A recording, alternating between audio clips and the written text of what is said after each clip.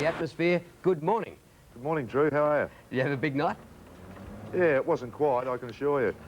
Well deserved. The boys are going really well for you. The panel's here to throw a few at you. Now, Malcolm, 2 weeks ago, in your first final, the boys failed. Now, did they fail because they didn't realise there is a difference between finals and a home and away game? Yeah, I think it's one of those intangibles, Ron, that, you know, it was all new to them, and they were, you know, we tried to keep it a bit low-key, and, you know, it didn't work, so we've, you know, the whole tempo of the place has lifted since then. Well, the grand final is different to the normal final, so what are you going to do to make them realise that? Well, we've got 7 days, I suppose, and day 7 now, and counting down from there.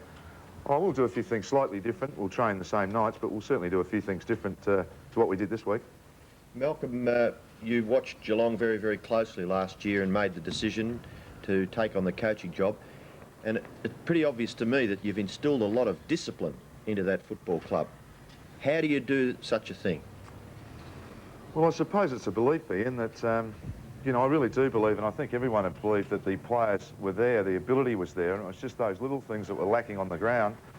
And I think at the start of the year we just set some guidelines and some team rules, and, you know, since that time, you know, we had a few losses, early losses, small losses, but you just keep learning throughout the whole year, and, you know, all the guys have been terrific with their learning and their attitude to their training, etc.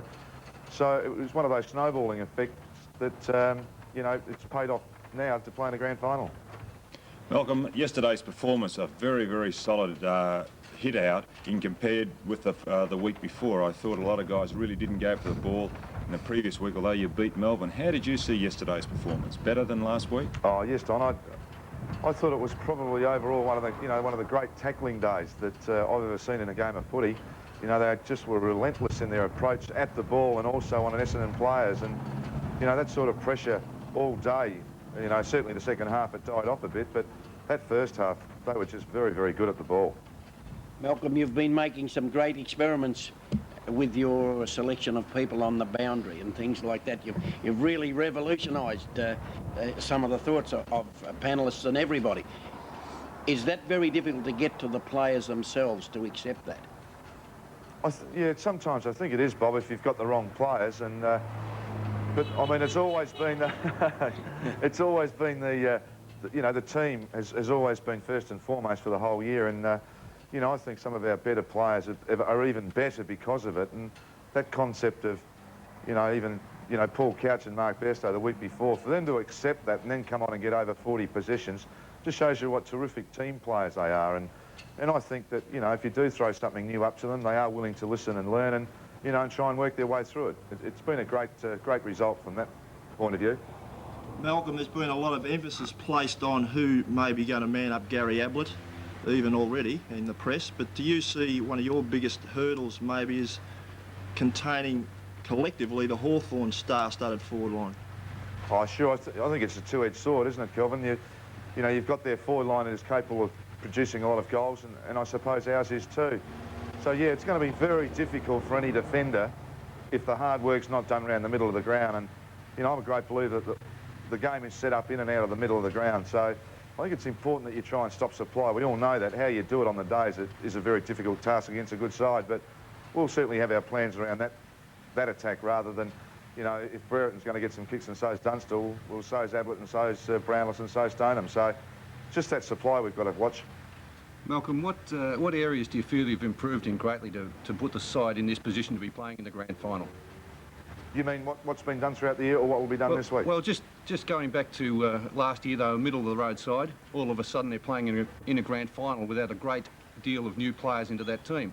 Now, what areas do you feel out on the field that they have improved? What parts of the game, what facets have they improved in?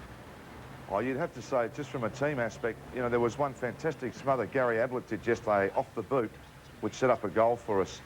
You know, I suppose if you saw Gary play the last 2 or 3 years, you know, that wasn't his go.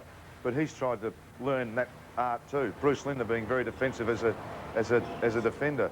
I think all those sorts of things have all added just something to their game in the last 12 months, which has been pleasing from everybody's point of view at Geelong. Malcolm, you mentioned Gary Ablett, and I suppose you get asked this a lot. How do you rate him as a player? And Bob Davis once said that Dennis Marshall was a better player than Gary Ablett. And have you made a conscious attempt, he being such a great individualist, to treat him any different to the other players? And because you're a great individualist yourself, in ability.